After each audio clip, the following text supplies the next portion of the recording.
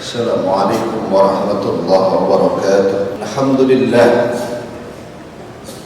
Alhamdulillahilladzi kataba ala nafsihi rahmah walladzi sabaqat rahmatuhu ghadabah wa bidzalika 'indahu kitabun katabah. Asyhadu an la ilaha illallah wahdahu la syarika lah, ilahun la yukhayyibu man tawajjaha ilaihi wa 'ammah. وأشهد أن سيدنا ونبينا محمدا عبده ورسوله نبي الرحمة والشفيع الأمة وعلى آله وصحبه أهل الفضل والكرامة.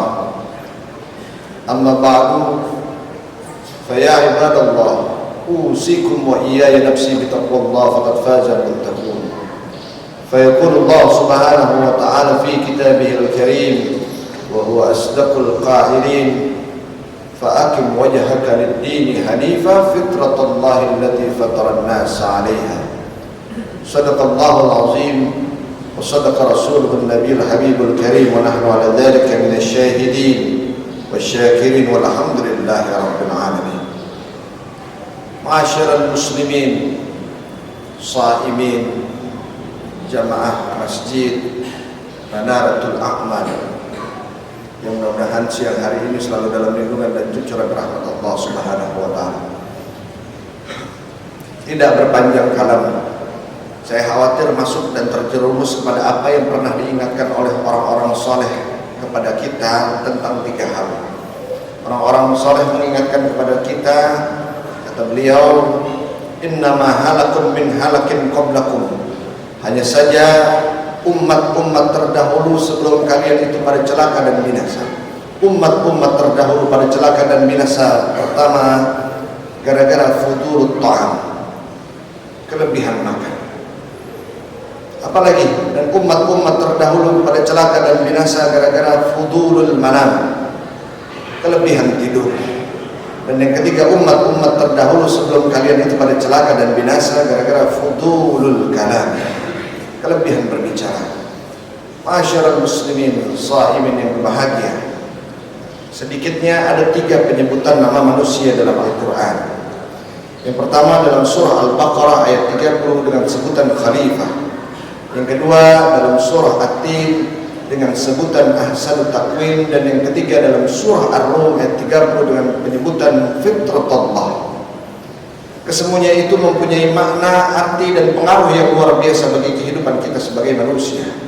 Yang pertama dalam surah Al-Baqarah ayat 30 Allah firmankan, wa idz qala rabbuka lil malaikati inni ja'ilun fil ardi khalifah qalu ataj'alu fiha may yufsidu fiha wa yasfiku ad-dima wa nahnu nusabbihu bihamdika wa nuqaddisu lak qala inni a'lamu ma la ta'lamun. Jadi ketika Allah Subhanahu wa taala Tuhan kita ingin menjadikan kita manusia sebagai khalifah, wakil untuk mengurus buminya Allah, itu mendapatkan pertanyaan dan kritik yang tajam dari para malaikat-malaikat Allah tentang eksistensi kita sebagai manusia. Mari sama-sama pada momen yang singkat dan berkah ini kita merenung sejenak. Kalau ada kerusakan yang kita buat dengan alasan dan bentuk apapun, kita sudah lupa dengan pangkat kemuliaan kita sebagai khalifah. Kalau ada tumpah darah dengan alasan dan bentuk apapun, kita sudah lupa dengan pangkat kemuliaan kita sebagai khalifah. Yang kedua, dalam surah At-Tin Allah firmankan, laqad khalaqnal insana fi ahsani taqwim. Khalifah perannya ahsan taqwim, bentuk dan rupanya. Barangkali secara fisik bola mata, rambut, kuping, hidung, telinga, kita sudah kalah jauh dengan saudara-saudara kita yang ada di belahan Eropa. Oh, tapi ternyata tidak, masihlah kita tetap unggul di sisi Allah. Karena ada apa? Illal ladzina amanu wa 'amilus shalihat. Tapi mari sama-sama kita tanyakan diri kita masing-masing. Masihkah kita berkomitmen untuk selalu beriman dan melakukan amal-amal soleh kepada Allah Subhanahu wa ta'ala? Dan yang ketiga ini yang paling istimewa, Allah berikan kepada kita apa itu? Fitrah. Dalam Al-Quran jelaskan, fa'akim wajhaka lid-dini hanifa fitratallahi allati fatara an-nas 'alaiha. Para ulama-ulama tafsir dalam tafsir Khazin menyatakan bahwa fitrah itu adalah al-jabalah al-mutahayyah liqabulid din. Al-jabalah satu potensi, satu tabiat, al-mutahayyah yang Allah sediakan di dalam diri kita manusia liqabulid din, untuk menerima agama, untuk menerima kebenaran. Jadi ketika ada orang-orang berperilakunya benar, karena Allah teteskan fitrah ke dalam dirinya. Begitu juga sebaliknya ketika ada orang-orang berperilaku yang tidak benar, korup, zalim, membela gerakan LGBT, melakukan pengeroyokan terhadap anak di bawah umur, itu orang-orang yang menyalahi fitrahnya sebagai manusia. Ketika ada pertanyaan, ada apa setelah berpuasa? Berpihak kepada pemberi kuasa yang maha berkuasa, Allah Subhanahu wa ta'ala. Serendah apapun, sampai setinggi apapun level para penguasa, para pemimpin, orang-orang yang berkuasa diamanahkan kekuasaan itu harus berpihak kepada pemberi kuasa yang maha berkuasa, Allah Subhanahu wa ta'ala. Ketika ada pertanyaan, ada apa setelah berilmu? Berpihak kepada pemberi ilmunya yang maha berilmu. Jadi sebanyak apapun bacaan kita, sepanjang apapun standing legalitas akademis kita, orang-orang yang berilmu itu harus berpihak kepada kebenaran. Ia harus berpihak kepada pemberi ilmunya yang maha benar, Allah Subhanahu wa ta'ala. Dia tidak boleh lagi melacurkan ilmunya demi kepentingan di luar yang memberikan dia ilmu. Ketika ada pertanyaan, ada apa setelah beribadah? Ada apa setelah berpuasa kita? Ada pengorbanan, apa yang kita korbankan? Al-Imam Abu Hamid Muhammad bin Muhammad Al-Ghazali At-Tusi di dalam kitab beliau Ihya Ulumuddin, beliau menyatakan bahwa di dalam diri kita manusia ada naluri-naluri. Di dalam diri kita manusia ada naluri bahimiyah, naluri kebinatangan. Di dalam diri kita manusia ada naluri samuiyah, naluri kepuasan. Dan di dalam diri kita manusia ada naluri syaitaniyah, naluri syaitan. Masyarakat muslimin yang masyarakat umat yang berbahagia, di dalam diri kita manusia ada naluri bahimiyah, naluri kebinatangan. Boleh jadi orang lebih binatang daripada binatang. Oh iya, kita lupa. Kita pernah memanggil teman kita, saudara kita, tetangga kita, bukan lagi kita panggil namanya, tapi kita pinjamkan nama binatang untuk memanggil mereka. Kenapa? Karena di dalam diri kita ada naluri bahimiyah, naluri kebinatangan. Di dalam diri kita manusia ada naluri sabuiyah, naluri kepuasan. Orang lebih puas daripada binatang puas. Di luar sana kita masih mendengar seorang ayah tega meniduri putri kandungnya, seorang anak menantu tega berselingkuh dengan mertua perempuannya. Kenapa? Karena di dalam dirinya ada naluri sabuiyah, naluri kepuasan. Orang lebih puas daripada binatang puas. Di dalam diri kita manusia ada naluri syaitan atau naluri iblis. Iblis laknatullah saja yang sudah dikutuk oleh Allah saja masih mengakui eksistensi Tuhan. Dalam Al-Quran dijelaskan, qala rabbi anzirni ila yaumi ba'sun.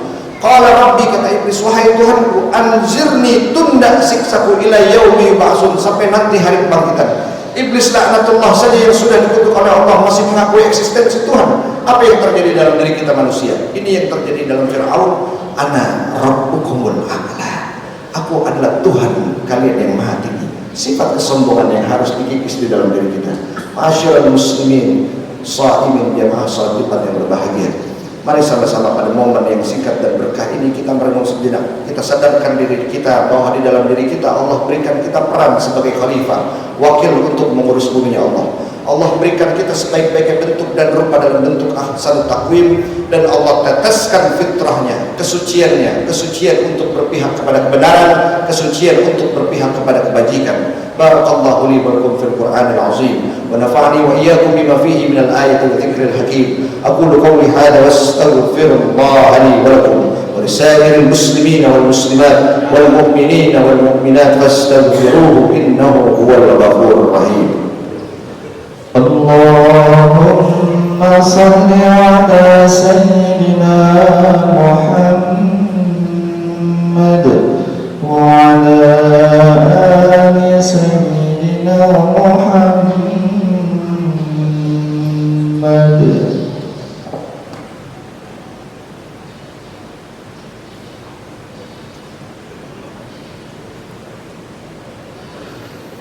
Alhamdulillah, alhamdulillahilladzi haqqa hamdi, wassalatu wassalamu ala man la nabiyya min ba'di, sayyidina wa syafi'ina wa maulana Muhammadin wa ala alihi wa sahbihi amma ba'di. Fa ya ibadallah, usikum wa iyaya nafsi bi taqwallah faqad faza al-muttaqun. Fa yaqulu Allah subhanahu wa ta'ala fi kitabihil karim wa huwa asdaqul qailin, inna Allaha wa malaikatahu yusalluna 'alan nabiy يا أيها الذين آمنوا صلوا عليه وسلموا تسليما.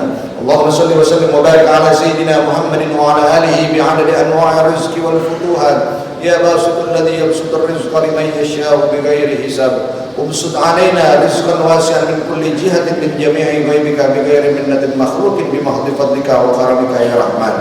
اللهم اغفر للمسلمين والمسلمات والمؤمنين والمؤمنات الأحياء منهم والأموات إنه قريب مجيب دعوات يا قاضي الحاجات. اللهم أعز الإسلام والمسلمين في كل مكان. اللهم أعز الإسلام والمسلمين في بلاد إندونيسيا. اللهم أعز الإسلام والمسلمين في بلاد فلسطين واهلك الكفار أعداءك أعداء الدين. اللهم اجعل هذا البلد آمنا وارزق أهله من الثمرات من آمن منهم بالله واليوم الآخر. ربنا اغفر لنا ولإخواننا الذين سبقونا بالإيمان ولا تجعل في قلوبنا غلا للذين آمنوا ربنا إنك رؤوف رحيم. ربنا آتنا في الدنيا حسنة وفي الآخرة حسنة وقنا عذاب النار. عباد الله إن الله يأمركم بالعدل والإحسان وإيتاء ذي القربى وينهى عن الفحشاء والمنكر والبغي يعظكم لعلكم تذكرون فاذكروا الله يذكركم وادعوه يستجب لكم